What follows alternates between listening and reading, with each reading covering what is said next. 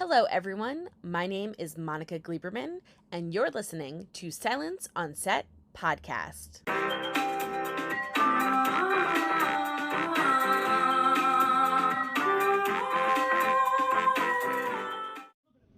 Hi, I'm Matt Reeves, executive producer of The Penguin, and I just wanted to welcome you here today and talk a little bit about where the idea for this show came from. When we were making The Batman, the idea was to do not an origin tale, but the early days of a young Batman. And with that idea, the rogues gallery characters around him, because in the comics, those characters are inspired by the presence of Batman in this place and come into being. It was, in a weird way, an origin tale for those characters. And so Dylan Clark and I were very excited about the idea of not only doing films, but maybe doing an HBO style show that could not be focused on Batman, but instead be focused on one of those rogues gallery characters and see them coming into being, see their origins, and do it with an HBO treatment. And so when we were talking to Casey Bloys and Sarah Aubrey, they said, look, the one thing we really, really want to do with this, they were very excited about it, is we want it to be a marquee character. And so initially, my idea had been to continue Oz Cobb's story in the second film. And so I pitched them that idea that it was kind of in the wake of Carmine Falcone's assassination, there was a power vacuum in Gotham, and that the version of Oz that's in our movie is a mid-level, not kingpin version of the Penguin, and he is mocked and underestimated, but he has a deep, deep ambition, a sort of dark American dream sort of building within him of grabbing for power, of becoming something. And so when we were pitching out that idea, an almost Scarface-like story, Casey and Sarah were like, that's it, that's the show. And so we went and looked for a writer who felt like they could really take that and make it their own and to really dig into this character examination. And we found Lauren. And Lauren spent a lot of time with, she's the person who saw probably the earliest bits of the movie. This was all while we were in post. And she started thinking about, okay, if I'd said to her, I want the story to take place a week after the movie, so that it is really in that moment of danger that we're talking about at the end of The Batman, that this is Oz making moves. And she came in and she pitched the story that we're all about to witness on HBO, and we're incredibly excited about it. And I think you'll enjoy talking to these incredible people here today, not to mention the absolutely astonishing Colin Farrell. So I invite you to enjoy.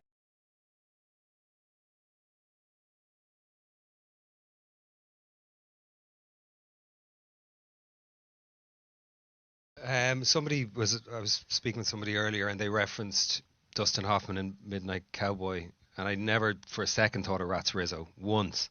But there's no doubt that every single film I've seen, someone else last week said to me that having seen the first two episodes, that Oz reminded them of De Niro in The Untouchables as Al Capone. Someone else said James Gandolfini. So it's not an original performance apparently. No, but what I mean is, all of them are in there. Like, I've seen Untouchables twice. I've seen Midnight Cowboy 4 times. Anything as an actor, anything you ever see, any piece of music you ever hear, it all kind of meets you inside in a place that gets filtered through every single character you do in lesser or greater ways.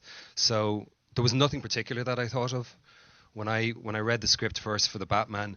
And I've said this before, I was kind of a bit baffled as to what I could do with it or how I would look. I met Matt Reeves to talk about the Batman, and I had just come off a thing called the Northwater that I'd put on 50 or 60 pounds for, and he was like, oh my god, you look great, the body's great. And I was like, well, tough shit, say goodbye to it, because I'm dropping pounds now. I got to get healthy again. I just finished being bigger for like 6 months. And then of course the technology of bodysuits. And then Matt said, have you been talking to Mike Marino? And I said, yeah. And he said, have you seen what you're going to look like? And I said, what I'm going to look like sounds like a threatening statement almost. No, I haven't. And Matt went, come here. And he opened up his computer on his desk in London. And this was about 6 months before we started shooting the Batman. And he said, look. And I looked at this sculpt, this creation. And I, like Matt, was confused initially when he saw it. Like, is that going to be, who's that? Is that going to be, I was confused by it. But I was also, it spoke to me so clearly. It spoke of a sense of history, a sense of threat, a sense of violence. Also, there was kind of something sorrowful to the visage as well. It was just so complex. So so I had that, I had the script, and then I had that, and then what Lauren and her team of writers created from the ground up. I mean, they took just a seedling at best, which was what we did in the Batman film, and they created this whole world and these complex characters inhabited by Didi, Francis, and Rhenzy as Victor, and Cristin as Sofia, and every single character she paid attention to. It's not just the Penguin Oz show, it's all these human beings that are so complex and multifaceted, and I just knew that we were going to get to look into the engine of this guy personally in an interesting way. But there was no particular reference point. Danny DeVito and I shared a few texts back and forth, but that was more taking the piss out of each other about who's the best penguin. You know, it was nothing to do with it, and sending pictures of action figures and shit, and yours is more accurate than mine. What's up with that? Who did the paint job on my action figure? But nothing too serious or weighty, you know. But the script was, I mean, the script must have been, which you guys created, did you ever add it all up? Was it 500 pages? I mean, it was a tome. I think you told me at one point how many pages it was, and I was like, please stop telling me how many pages it is. Yeah, wait till I hit you up with Rotten Tomatoes next week. Yeah.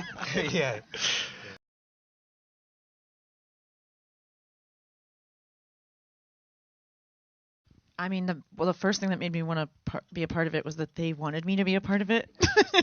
Like, you know, but also, I mean, this is like the type of role that is like, you know, it's such a like incredible dream to play because there's so much that happens to her and she goes on such a journey. And I'm also like a very lifelong Batman fan. So I've been dreaming of this since I was very little. And so like on a personal level, it was extremely surreal. And then as an actor, I was like, oh my God, you know, I would read each script and I would like pinch myself when I would realize what I was going to get to do.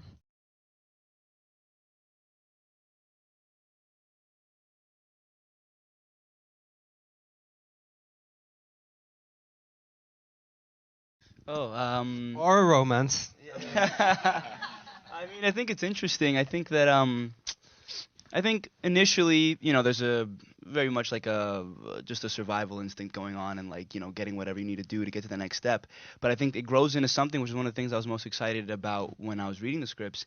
And I think what he sees in Oz, I think he looks up to Oz in a way, and I think he sort of finds something that he's lost in Oz. You know, throughout the thing in the third episode, you learn a little bit more about you know, a little bit of his history, and then I think he finds that, you know, maybe he fills that hole in a way with Oz and with Francis. And so I think that one of the things that I think he mostly looks up to is this very confident guy, you know, that for no reason on paper is very confident, but he still has it. He still embodies this like massive, and he's got this charisma, and he's so confident. So I think that's something that Victor even looks up to. And apart from that, there's sort of this there's a power to what Oz is doing, and there's an allure to the lifestyle that he has. And as much as, you know, maybe the morality clashes with, is this the things that I should be doing or shouldn't be doing, and what's right and what's wrong, there's also an allure to the life that Oz lives, and the money. It's nice to have money, and it's nice to have some power, and it's nice to have a little bit of backbone. And I think that being next to Oz, he sort of feels a little bit bigger himself even, you know, in those moments.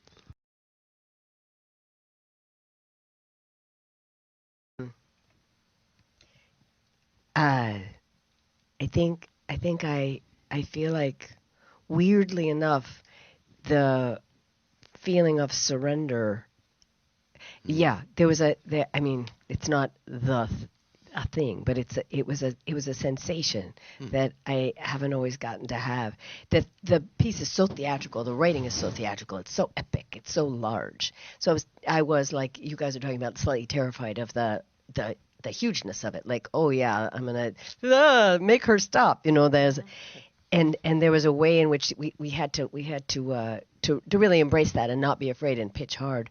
But there was also like a sweet surrender that you had to do that felt very I felt very soft a lot of the time. Weirdly enough, I mean, when you look at Francis, you don't think it's a soft experience to play her, but there was a softness at the center, like, okay, there's nothing we can do but just go. And maybe it's how pitchers feel a little bit, you know, like they're going to pitch really hard, but there's like, you see them just like, oh, just surrender. So that I think I was proud that I was able to surrender in a situation that you could feel very pressurized and very shut down. I went into it thinking to myself, if that happens to me, if I start to feel pressurized and shut down and unable to really embrace the experience of doing this, then I don't want to do this anymore. And I came away feeling like I I want to do it again, I guess.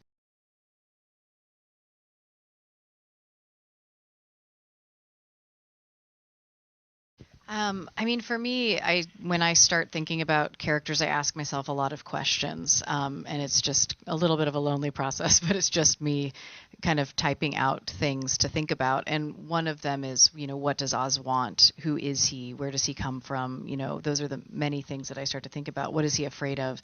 And I wanted to make sure that in this rise to power story that there was something greater behind that. I don't think people seek power just to seek power. I think they seek power because of a deeper want or a deeper void inside of them. And so to me, it made a lot of sense to build a mother figure for him and have so much more emotion rooted in that. And so I thought about this idea that Oz wants to make his mother proud and he needs her love and affection and she's withholding.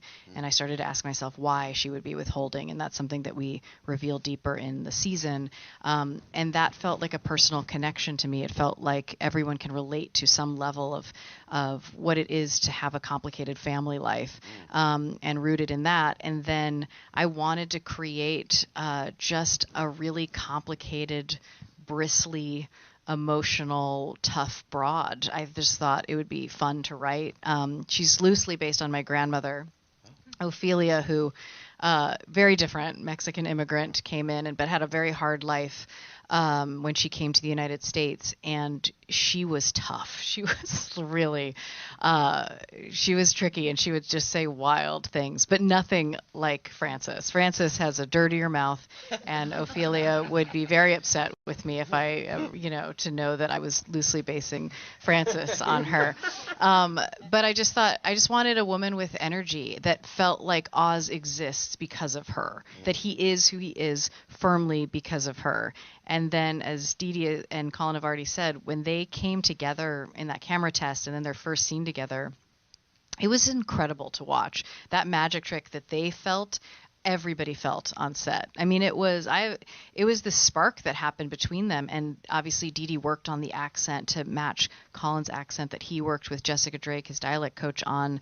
And it just made sense. I'm like, this is 100% Oz's mother. That is her son. This completely kinetically works. I also wanted the relationship to be weird and twisted, a little bit verging on Oedipal, to understand Oz in a deeper way too, to have just some form of distorted relationship. Well, Colin really embraced that.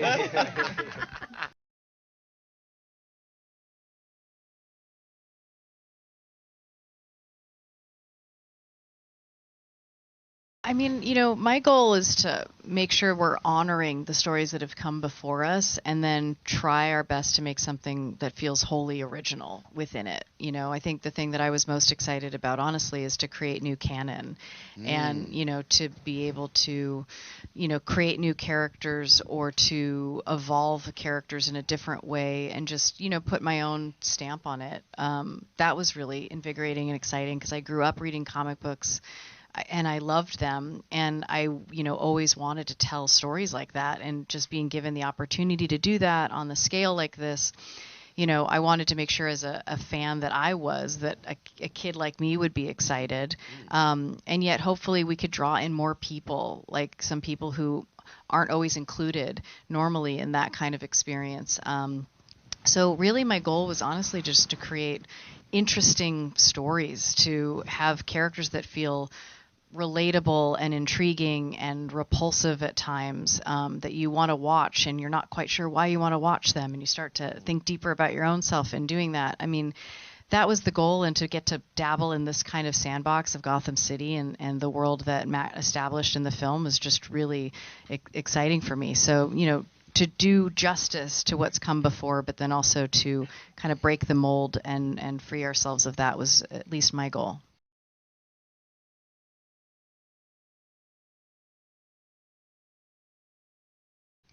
Sure. So the creation of something like this it takes many months. It's not just you show up and you have all these pieces and you glue them on. It takes really months to fabricate and sculpt and make technical molds and run silicone, and we've developed so many things to get it to move real. Certain softnesses that were different.